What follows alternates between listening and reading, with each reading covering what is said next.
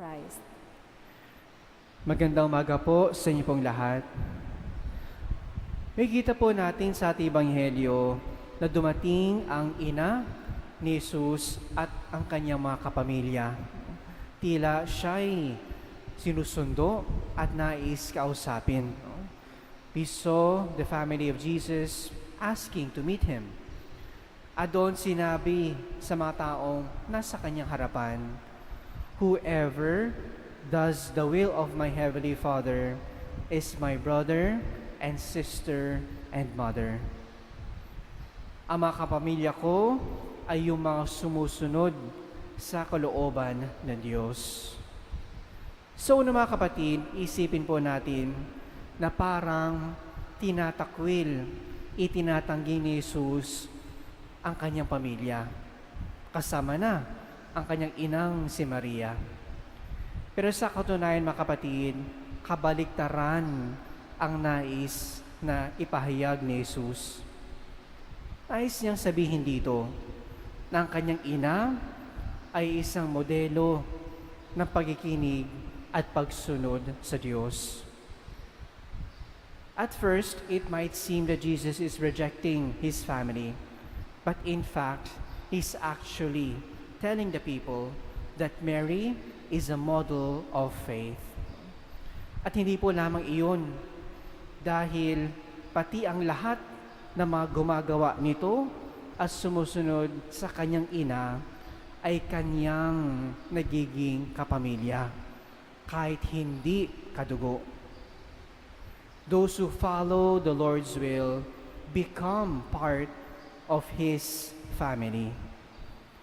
Dito, pinapalawak ni Jesus ang kanyang pamilya. Hindi lamang kanyang katugo, kundi pati sa lahat, hanggat sinusunod ang kalooban ng Diyos.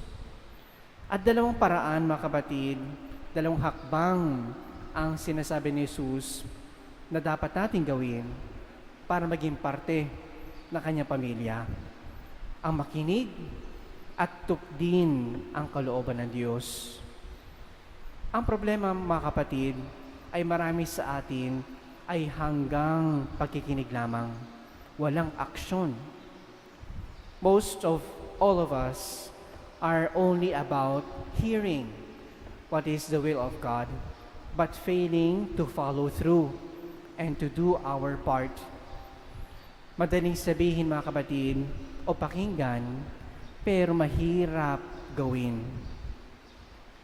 Nawa sa misang ito, ating ipagdasal na tayo bigyan ng lakas ng Diyos upang hindi lamang pakinggan siya, kundi magawa din natin ang kanyang kalooban para sa atin. Let us ask the Lord for strength that we may not only hear, but also act on what we hear, especially. Kung nahihirapan, lumapit tayo kay Inang Maria.